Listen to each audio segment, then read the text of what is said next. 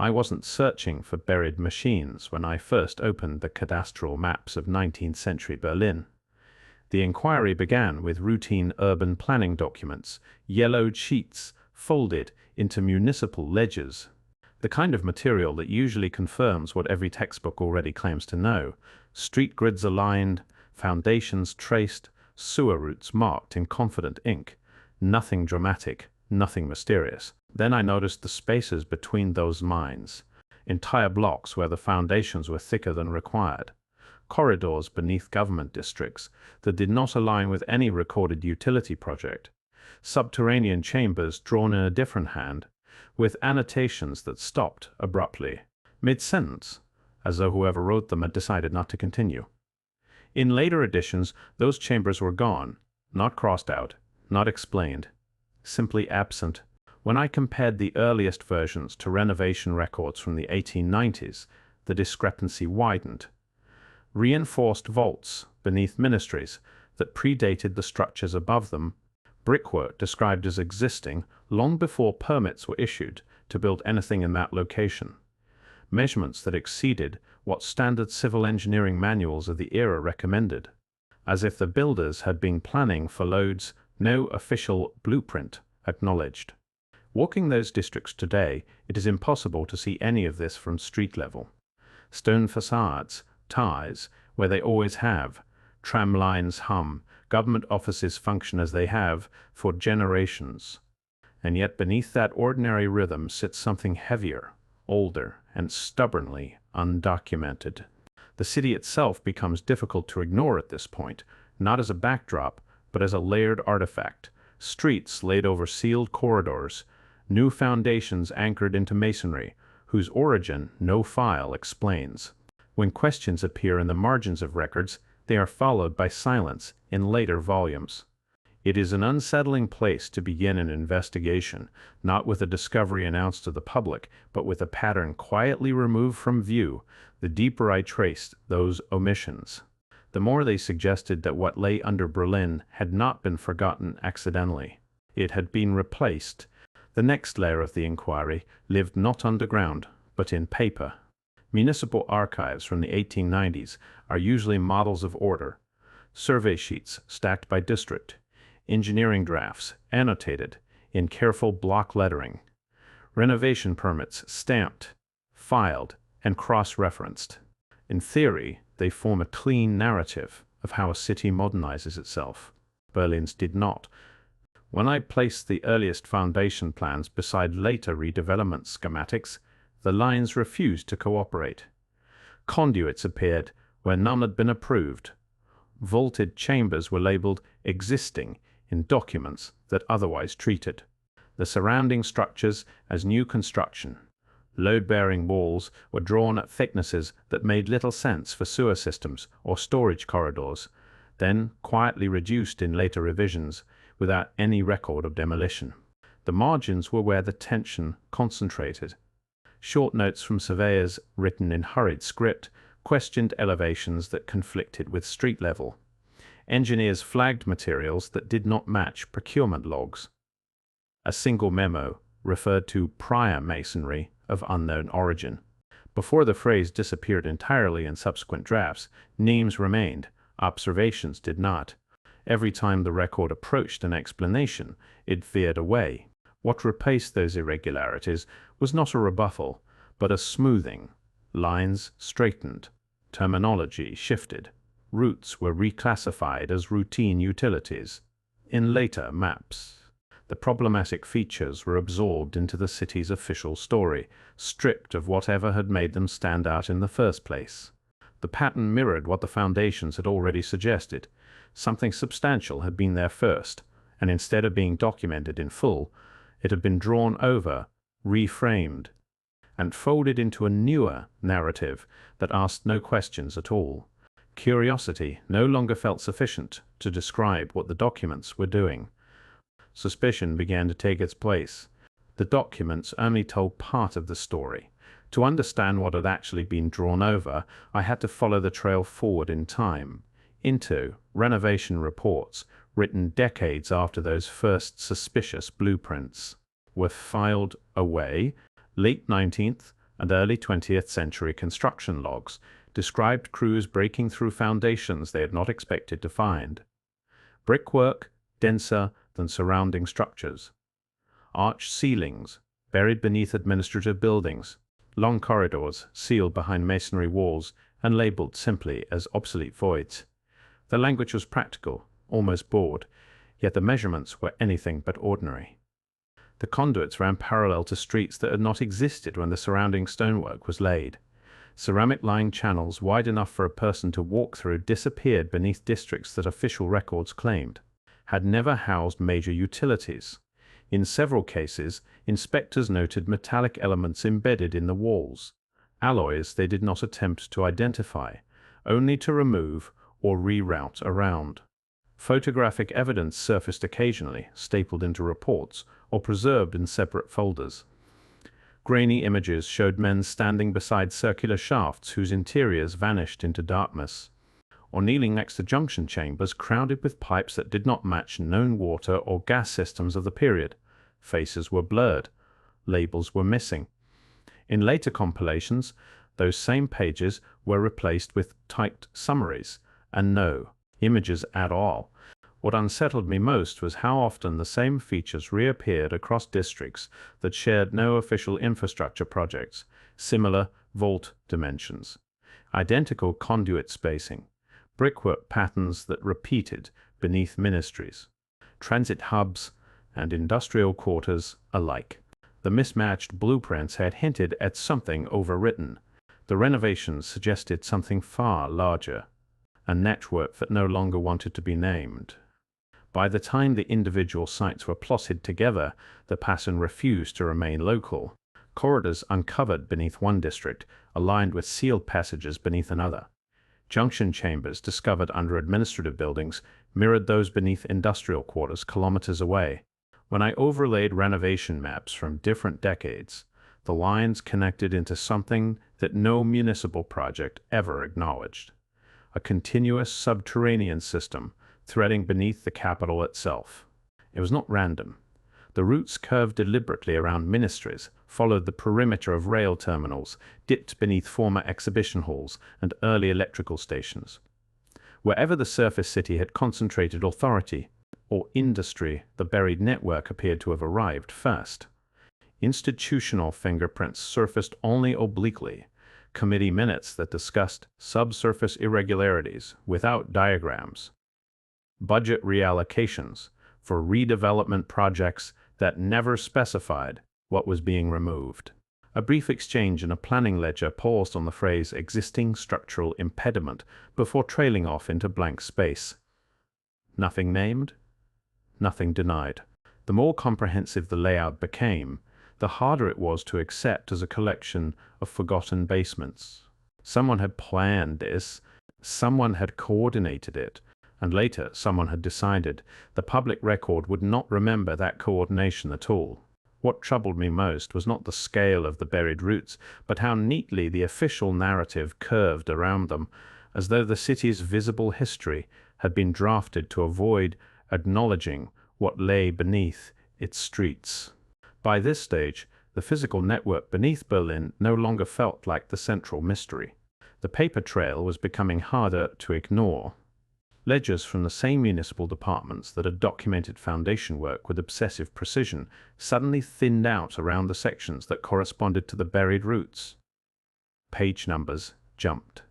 Project names shifted mid-series. Entire volumes referenced annexes that no longer existed in the archive boxes that supposedly held them. Terminology changed in subtle ways.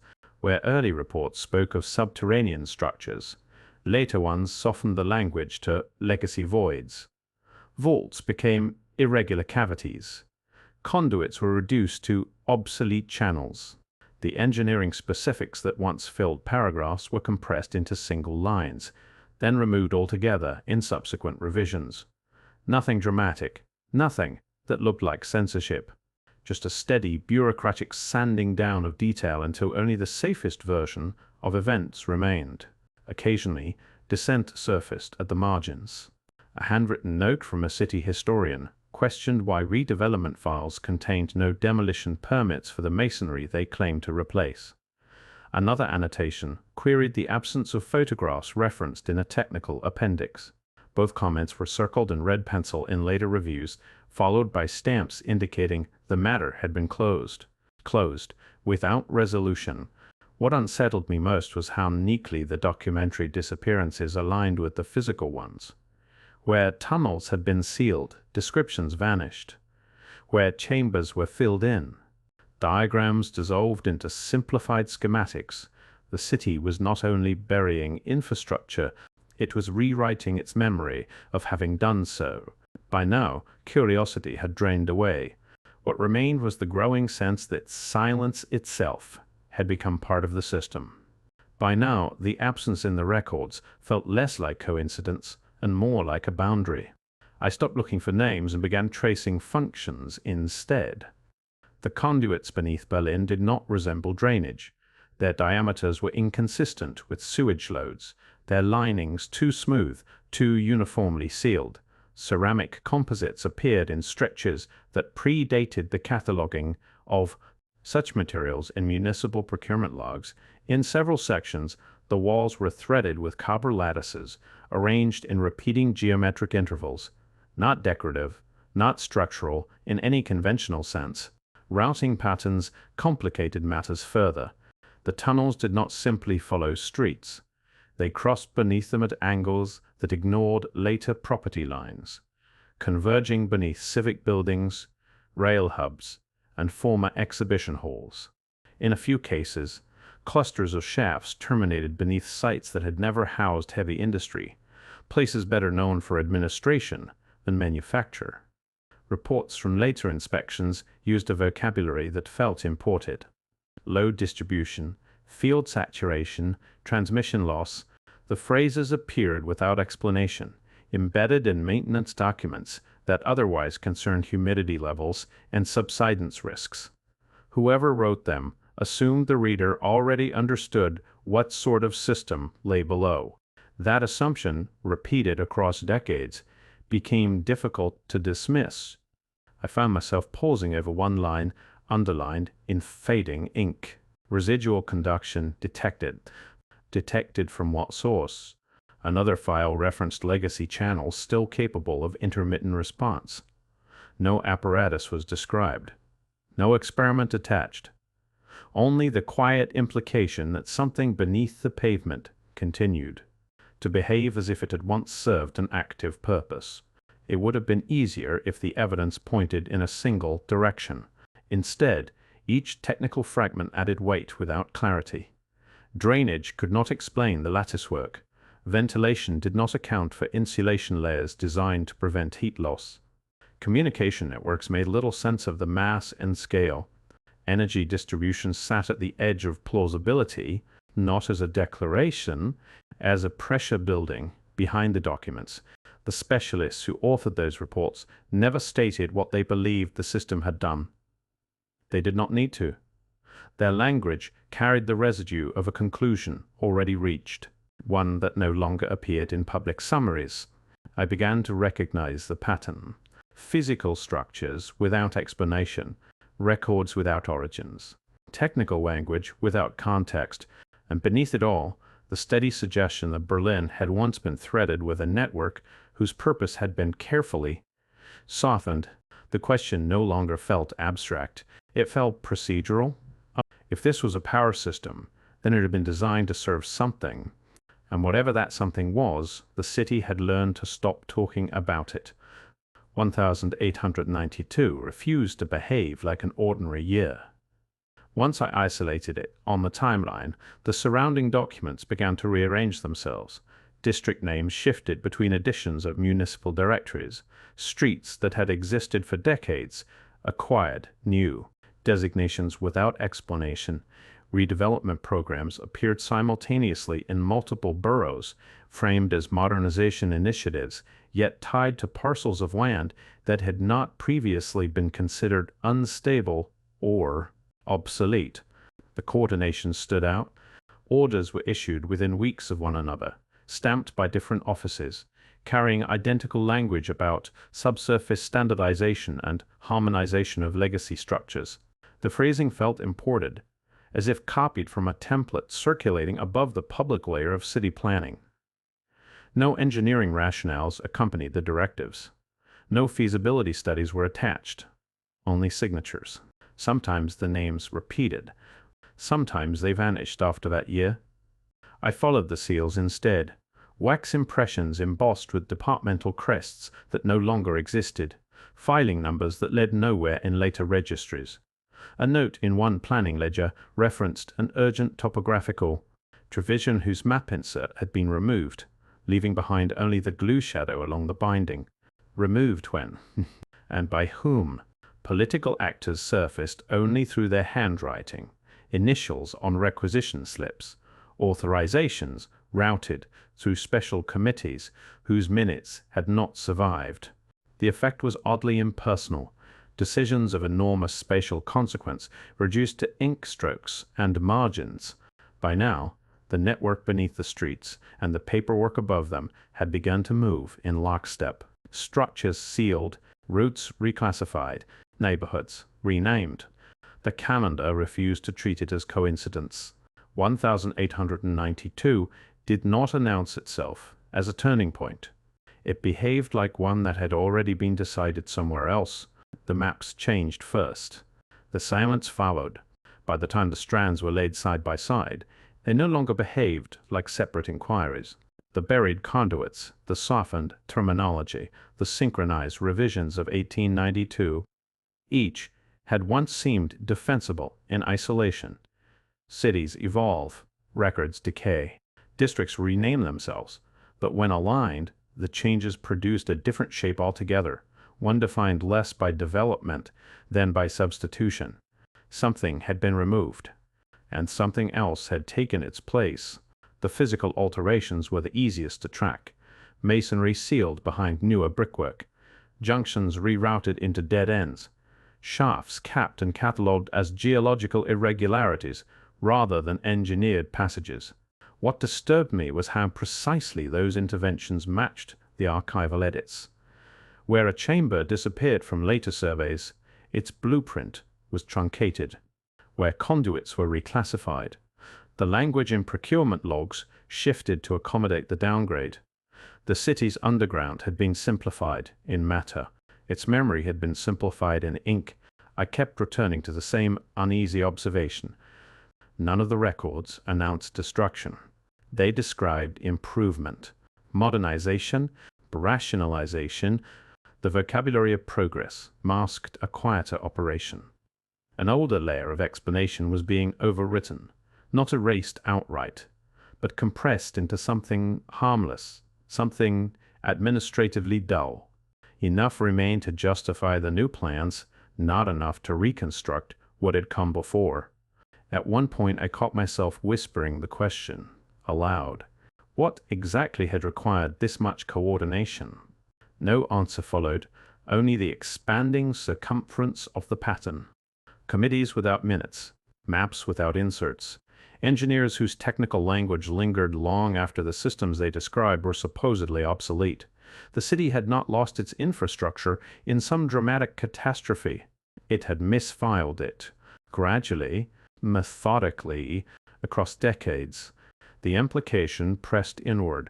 If Berlin's buried network had once served a purpose significant enough to restructure districts, mobilize political signatures, and alter archival language, then its disappearance was not merely architectural.